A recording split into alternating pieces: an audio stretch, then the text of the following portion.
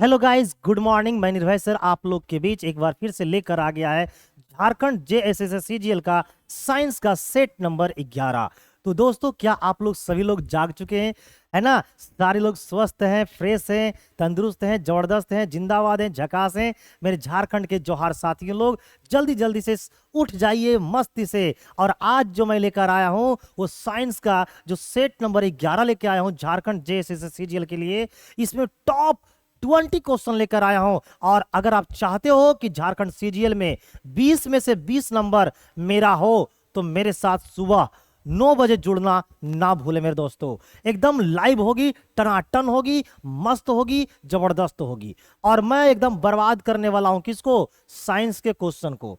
करीब करीब अब मैं आपको 10 से 12 हजार साइंस के क्वेश्चन करवा दूंगा जब तक कि झारखंड सीजीएल का एग्जाम ना लिया जाए। और एग्जाम ले बेटा, ना ले बेटा, तो भी मैं पढ़ाता रहूंगा, क्योंकि मुझे झारखंड वासियों को एक अच्छे स्टूडेंट बनाना है और अच्छे एग्जामों की ओर आगे बढ़ाना है। तो चलिए, नो लेट नो वेट, आज की इस सेशन को क्या करते हैं, स्टार्ट करते हैं बड़ा ही प्यार से, बड़ा ही आनंद से। तो आज हम लोग सामान्य विज्ञान का यानी कि साइंस का सेट नंबर 11 देख रहे हैं, है ना? चलिए मेरे प्यारे मित्र, आइए जल्दी जल्दी से एक बार जरा से सेशन को लाइक कर दो, और चैनल पर अगर पहली बार आए हो तो सब्सक्राइब कर दो। लेकिन एक बात सुन लो, एक बात सुन लो मेरे दोस्तों, चैनल को जल्दी से जल्दी तुम लोग सब्सक्राइब कर लेना, क्योंकि पता है तुम्हें डेली क्लास चलती है, डेली क्लास चलेगी मेरे दोस्तों। और एक बार जल्दी जल्दी से अपने दोस्तों को भी जरा सा लिंक को शेयर कर दो, ताकि वो भी दोस्त जो आपके साथ सुबह शाम घूमता है, टहलता है, उनको भी, है ना, इस तरह की क्लासेस लेने का कुछ मजा आए। तो आइए, पहला क्वेश्चन है कि पर्यावरण की ओजोन परत हमारा डॉट डॉट से रक्षण करती है। किससे रक्षण करती है जी? जल्दी से बताना है। पहला ऑप्शन है प्रकाश व ऊर्जा, दूसरा है गर्मी की तरंगे, तीसरा है आईआर किरणें, चौथा है यूवी किरणें से रक्षण। जल्दी से करी बताइए। आपके पास 15 सेकंड का समय है और समय सीमा होती है अब आपका स्टार्ट। जल्दी से बताइए इन 4 ऑप्शनों में से कौन सा ऑप्शन सही है मेरे प्यारे मित्र, है ना? Good morning all of you my dear students. जी हाँ, बिल्कुल बिल्कुल गुड मॉर्निंग, बहुत ही सुपर, बहुत मस्त, जबरदस्त। चलिए जल्दी जल्दी से बताइए, है ना? जितने बच्चे लाइव आ चुके हैं जल्दी जल्दी से कमेंट करके बताओ कि पहला इसका आंसर क्या होगा, पहला नंबर क्वेश्चन का। तो आप लोग को पता होना चाहिए कि पर्यावरण की ओजोन परत हमारा जो है वो आपको किससे, तो यूवी किरणों से रक्षा करती है, यानी कि अल्ट्रा वायलेट जो किरणें होती है उनसे क्या करती है, रक्षा पहुंचाने का काम करती है। तो प्यारे मित्र, एक बार अपने दोस्तों को, अपने चाहने वाले को जरा से क्या कर दो हम लोग, है ना? चलिए क्वेश्चन नंबर लेते हैं 2।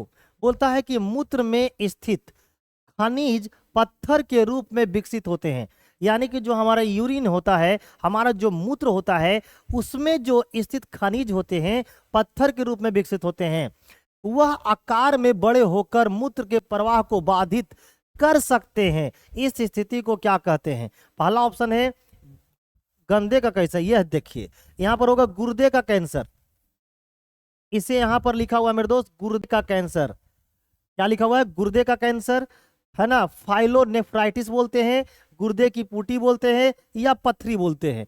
इसका जवाब क्या होगा? जल्दी से कमेंट बॉक्स में आप लोग जितने बच्चे लाइव आ चुके हैं सभी लोगों को देना है। तो मेरे दोस्त, मेरे भाई, मेरे चाहने वाले प्यारे बच्चे, जल्दी से कमेंट करके बताइए कि इस क्वेश्चन का क्या आंसर होना चाहिए। जल्दी से बता दो, नो लेट नो वेट, जल्दी से बताओ what will be the answer of this question. तो इस क्वेश्चन का कमेंट बॉक्स में जवाब आपको आना चाहिए। आपके पास 15 सेकंड का समय होता है और उस 15 सेकंड में इसको बर्बाद कर देना है। क्या कर देना है? बर्बाद कर देना है, एकदम झारखंडी अंदाज में। तो जल्दी से बताओ इसका क्या आंसर होगा। तो इसका जो आंसर होगा वो ऑप्शन नंबर डी है। कितने मेरे दोस्त, कितने मेरे भाई हैं जिनका ऑप्शन नंबर डी है? जल्दी से कमेंट करके बताइए। और एक बात सुन लीजिए, 20 क्वेश्चन में जो मैं लेके आया हूं, 20 जब मैं करवा दूंगा ना, तो आप लोग कमेंट करके ये बताइएगा कि आपका 20 में से कितना सही हुआ है ना मेरे दोस्त? ताकि मैं आपका लेवल को उसी अकॉर्डिंग क्या करूंगा, आगे बढ़ाऊंगा। तो हालांकि फिलहाल इस क्वेश्चन का जो राइट आंसर है वो आपका ऑप्शन नंबर डी है। यहां पर देखिए साफ साफ कितने बड़े अक्षरों में लिखा गया है, गुर्दे की पथरी या ब्रिक अस्मरिक किडनी स्टोन। यह मूत्राशय की ऐसी स्थिति है जिसमें ब्रिक के अंदर छोटे छोटे पत्थर सदृश कठोर वस्तुओं का निर्माण होता है। प्रायः ये पथरियां बिना किसी तकलीफ के मूत्र मार्ग से शरीर से बाहर निकल जाती है। समझ पाए। तो ये सब चीज़ें आपके लिए मैं लिख के लाता हूँ, क्यों? क्योंकि हमारे दोस्त, हमारे भाई, हमारे चाहने वाले जो प्यारे बच्चे हैं वो एकदम टॉप करें, और मैं आपको टॉप करवा के रहूँगा, ये है मेरा वादा, क्योंकि मैं लेता हूँ क्लास पहले से ज़्यादा। तो मेरे आइए झारखंड साथियों, जोहार साथियों, अगले क्वेश्चन की ओर मूव करते हैं। अगला क्वेश्चन है कि प्रकाश संश्लेषण की क्रिया के संदर्भ में असंगत है। असंगत को अलग करें, यानी कि जो ऑड है उसको क्या करना है? हटाना है। तो आपको सिंपली कहने का मतलब कि ऑड चुनना है, ऑड आपको चुनना है, यानी कि विषम चुनना है। पहला ऑप्शन है कार्बन डाइऑक्साइड, दूसरा है पानी, तीसरा है क्लोरोफिल, चौथा है ग्लूकोज। तो इनमें से असंगत कौन है? जल्दी से कमेंट बॉक्स में टाइप करके बता दो। मेरे लाइव आने वाले जितने बच्चे हैं एक बार जल्दी जल्दी से लिंक को शेयर कर देंगे। अपने जितने लोग लाइव हैं बेटा, कम से कम इसका 3 गुना लाइव अभी होना चाहिए। जितने लोग लाइव हैं इसका 3 गुना लाइव मुझे चाहिए, है ना? जल्दी से बताओ कि इस क्वेश्चन का राइट आंसर क्या है। जल्दी से बताइए। पहला ऑप्शन है कार्बन डाइऑक्साइड, दूसरा पानी, तीसरा क्लोरोफिल। तो आप लोग को पता है कि सर ये सब जो है ना, कार्बन डाइऑक्साइड, पानी और क्लोरोफिल, ये सब प्रकाश संश्लेषण के लिए, खाना बनाने के लिए जरूरी होता है।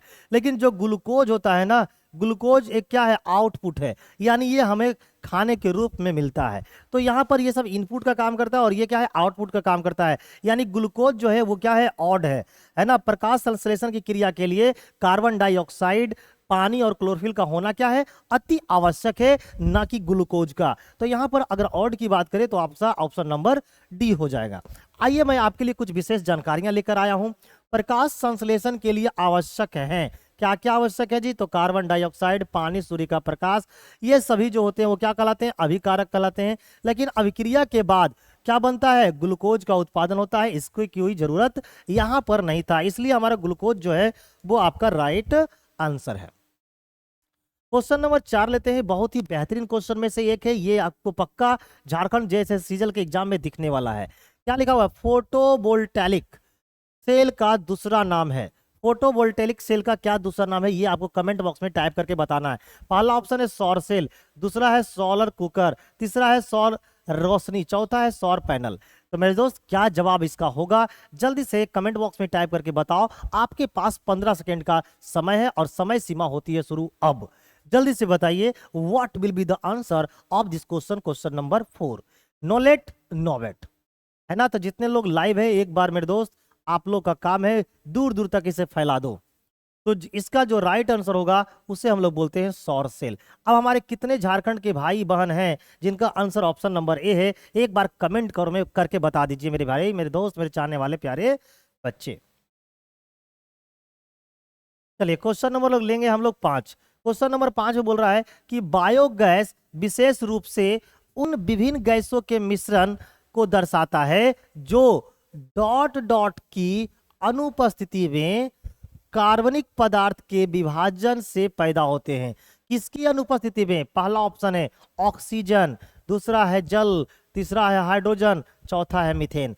आपको कमेंट करके बताना है। जल्दी से बताओ क्या आंसर होगा क्वेश्चन नंबर 5 का। आपको पता है कि मैं हर एक क्वेश्चन के लिए 15 सेकंड का समय आपको देता हूं और उन 15 सेकंडों में आपको आंसर कमेंट करके बतानी है। तो जल्दी से बताइए क्या आंसर होगा, और उसके बाद तो मैं बेटा गर्दा उड़ा दूंगा, क्योंकि मैं तुम्हें झारखंड जैसे सीजीएल में, झारखंड के पुलिस में, झारखंड के दरोगा में, झारखंड के जेई में, झारखंड के मैट्रिक लेवल में, और ऐसे बोल दो ना यार तो झारखंड के जितने भी एग्जाम होते हैं सब में तुम्हें सिलेक्शन दिलाऊंगा। तो इस क्वेश्चन का जो राइट आंसर है वो आपका है ऑक्सीजन। ऑक्सीजन जो हो जाएगा वो इस क्वेश्चन का राइट आंसर हो जाएगा।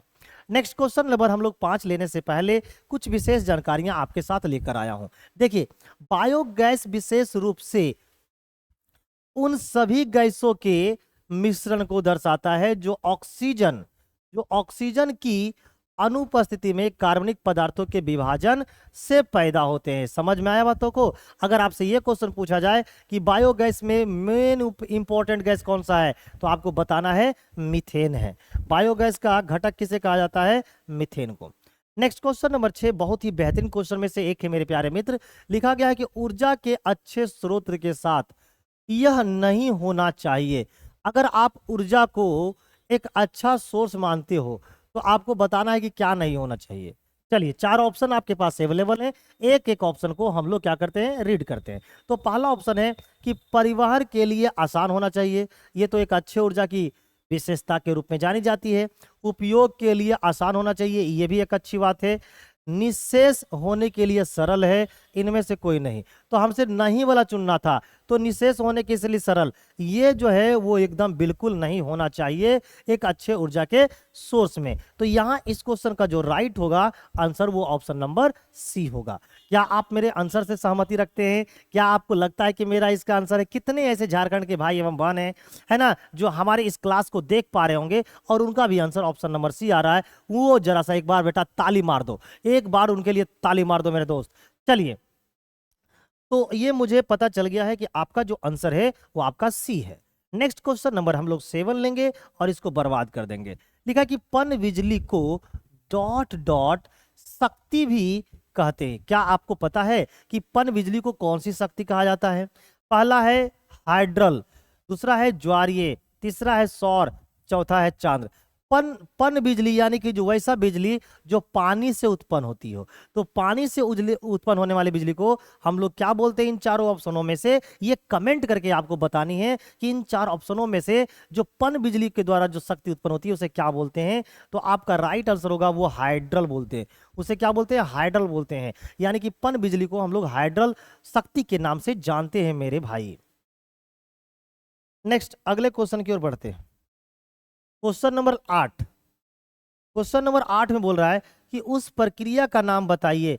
हमें उस प्रक्रिया का नाम बताना है जिसमें भारी परमाणु के नाभिक पर कम ऊर्जा वाले न्यूट्रॉन से बमबारी करने पर, है ना, क्या करने पर? बमबारी करने पर दो हल्के अपेक्षाकृत हल्के नाभिकों में विभाजित होता है। बड़े पैमाने पर ऊर्जा क्या होती है? मुक्त होती है। तो वो क्या कहलाती है? यहाँ पर बात हो रही है किसकी? यहाँ पर बात हो रही है विभाजन की। तो विभाजन के लिए किसका बात होता है? पहला ऑप्शन है नाभिकीय संलयन, है ना, दूसरा ऑप्शन में नाभिकीय विखंडन, तीसरा है ऑक्सीडेशन, चौथा है रिडक्शन। तो आप लोग को पता है कि नाभिकीय विखंडन की बात हो रही है, तो यहाँ पर हम लोग की बात होगी किसकी? Option number B will be the right answer of this question. यानी इस क्वेश्चन का जो राइट आंसर है मेरे प्यारे मित्र, मेरे चाहने वाले प्यारे भाइयों, वो क्या है? क्या है? जल्दी से बताओ, कमेंट करके बताओ ना क्या है आंसर। तो तुम बोलोगे सर आंसर नंबर बी है। क्या बोलोगे? आंसर नंबर बी है। क्या बोलोगे? आंसर नंबर बी है।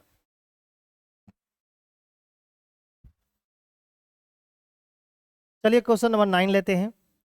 चिपको आंदोलन कहता है कि लकड़हारों से बचपन के लिए पेड़ों को गले लगाओ, शिकारियों से बचने के लिए जानवरों को गले लगाओ, उद्योगपतियों से बचाने के लिए प्राकृतिक संसाधनों को गले लगाओ, नेक्स्ट तेल कंपनियों से बचाने के लिए प्राकृतिक गैस संसाधनों को गले लगाओ। तो चिपको आंदोलन जो था वो लकड़हारों से संबंधित था।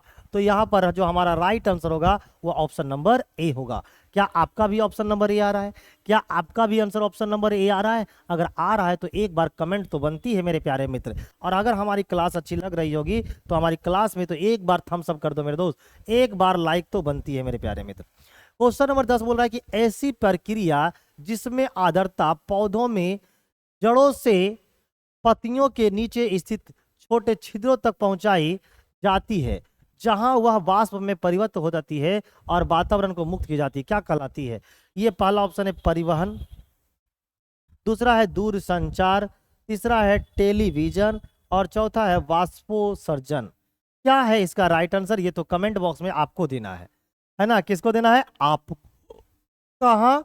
तो बोलो सर यहाँ। तो जल्दी से बताइए, आपके पास 4 ऑप्शन अवेलेबल है और उन 4 ऑप्शनों में से एक कोई क्या है? राइट है। और उसी राइट के बारे में आपको क्या करना है? बताना है। तो एक ऐसी प्रक्रिया जिसमें आर्द्रता पौधों में जड़ों से पत्तियों के नीचे स्थित छोटे छिद्रों तक क्या की जाती है? पहुंचाई जाती है, जहां वह वाष्प में परिवर्तित होती है और वातावरण में क्या हो जाती है? मुक्त की जाती है। तो इसका जो राइट आंसर है वो आपका वाष्पोत्सर्जन, यानी कि option number D will be the right answer of this question.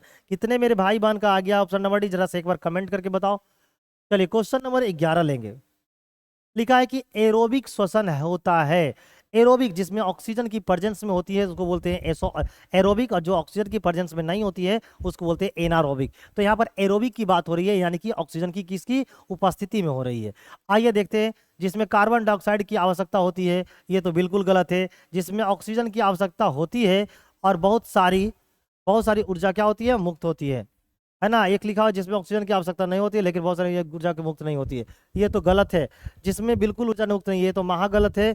और ऑप्शन नंबर ए भी गलत है, यानी कि ऑप्शन नंबर जो बी है वो एकदम बिल्कुल सही है। क्यों? क्योंकि जब एरोबिक रेस्पिरेशन होता है, जब एरोबिक श्वसन होता है, तो ऑक्सीजन की आवश्यकता तो होती है, साथ ही साथ बहुत सारी में क्या होती है, एनर्जी का मुक्त होता है, यानी ऊर्जा का मुक्त होता है। नेक्स्ट प्यारे नंबर क्वेश्चन नंबर हम लोग लेते हैं 12। क्वेश्चन नंबर 12 बहुत ही बेहतरीन क्वेश्चनों में से एक है। लिखा है कि निष्क्रिय गैसों का उपयोग खाद्य वस्तुओं के भंडारण के लिए किया जाता है, क्यों किया जाता है जी? क्योंकि वह आसानी से उपलब्ध होता है, ये तो महागलत है। वह मुश्किल से उपलब्ध होते हैं, ये तो ऊपर पूरा गलत है। तीसरा है कि उनका परमाणु क्रमांक बहुत ऊंचा होता है, ये तो महागलत है। तो चार ऑप्शन में से अगर तीन ऑप्शन गलत हो गया है तो चौथा क्या पूछने की आवश्यकता है आपको? चौथा क्या आपको पूछने की आवश्यकता है? सीधे चौथा को मारेंगे, option number D will be the right answer of this question. यानी खाद्य वस्तुओं के ऑक्सीडेशन को क्या करती है, वो रोकने का काम करती है, अगर आप चीजों को कर पाए तो। क्वेश्चन नंबर 13 है, बहुत ही बेहतरीन क्वेश्चन है। लिखा है कि निम्नलिखित समूह को क्षारीय पार्थिव धातु कहते हैं। किस समूह को हम लोग बोलते हैं क्षारीय पार्थिव धातु कहते हैं? पहला ऑप्शन है समूह नंबर 8, दूसरा समूह नंबर 2, तीसरा समूह नंबर 4 और पांचवा समूह नंबर 9। तो आप लोग को पता है कि हम लोग किसको कहते हैं? आपको ऑप्शन नंबर बी यानी कि समूह नंबर 2 को बोलते हैं क्षारीय। तो एक बार जल्दी से बताओ मेरे भाई, मेरे दोस्त, मेरे चाहने वाले जितने बच्चे लाइव जुड़े हुए हैं, आप लोग को ये बताओ जल्दी से एक बार कमेंट करके कि अभी तक का सेशन तुम्हें कैसा लगा, अभी तक का सेशन तुम्हें कैसा लगा। और क्या आप लोग चाहते हो कि इसी तरीका से मैं डेली लाइव आके आपको साइंस का क्वेश्चन को करवाता रहूं मेरे दोस्त? अगर आप लोग चाहते हो तो एक बार कमेंट बॉक्स में टाइप करके बताओ कि ये सर आप डेली लाइव आइए और हम लोग को इसी तरीका से साइंस का एक एक क्वेश्चन, एक एक डाउट को क्लियर करवाइए। अगर ऐसा चाहते हैं तो हमें क्या करेंगे, कमेंट बॉक्स में यस लिख के भेजेंगे। दूसरा, प्लास्टिक थैले की तुलना में कपड़े के थैले का लाभ है। लाभ यह है कि वह अधिक मजबूत होता है, यह महागलत है क्योंकि इन द टर्म ऑफ हम लोग को देना है आंसर। दूसरा, वह पर्यावरण अनुकूल बनाता है, यह तो बिल्कुल सही है। वह आसानी से उपलब्ध है, यह महागलत है। वह सुंदर है, वह सुंदर है। तो भाई बताइए कि प्लास्टिक के थैले की तुलना में कपड़े की थैला का लाभ होता है, क्यों सुंदर होता है? ये तो भी माला गलत। यानी कि आपको पता होनी चाहिए मेरे दोस्त कि जो प्लास्टिक के जो थैले होते हैं वो हमारा पर्यावरण के लिए अनुकूलन नहीं माना जाता है, इसलिए हमारा राइट आंसर होगा ऑप्शन नंबर क्या होंगे, B will be the right answer of this question. Next अगले क्वेश्चन पे चलते हैं, क्वेश्चन नंबर लेते हैं 15। क्वेश्चन नंबर 15 ही बहुत ही सुपर क्वेश्चन में से एक है। लिखा कि चुंबकीय प्रवाह की एसआई इकाई है। चुंबकीय प्रवाह को हम लोग किससे मापते हैं? ये चीजें तो आपको याद होनी चाहिए, ये चीजें आपको याद होनी चाहिए। पहला है मैक्सवेल, दूसरा है वेबर, तीसरा है ओम और चौथा है आपको जूल प्रति सेकेंड। तो आप लोग चुंबकीय प्रवाह की बात कर रहे हैं, तो चुंबकीय प्रवाह की जो बात होती है वो किसमें होती है? वेबर में होती है। यानी कि क्वेश्चन नंबर जो 15 है उसका जो राइट आंसर होने वाला है ऑप्शन नंबर बी होने वाला है। नेक्स्ट अगले क्वेश्चन पे बढ़ते हैं मेरे प्यारे मित्र, हम लोग कोई लेट नहीं करेंगे। और जितने बच्चे लाइव जुड़े हुए हैं आप लोग को डेली सुबह के 9 बजे लाइव आ जाना है और मैं इसी तरीका से आप लोग को लाइव क्लास लूंगा और पूरा बर्बाद कर दूंगा मेरे दोस्तों। और जैसी क्लास खत्म होगी आप लोग को करना क्या है, कमेंट बॉक्स में ये टाइप करके बताना है कि सर मेरा इतना में इतना सही हुआ है।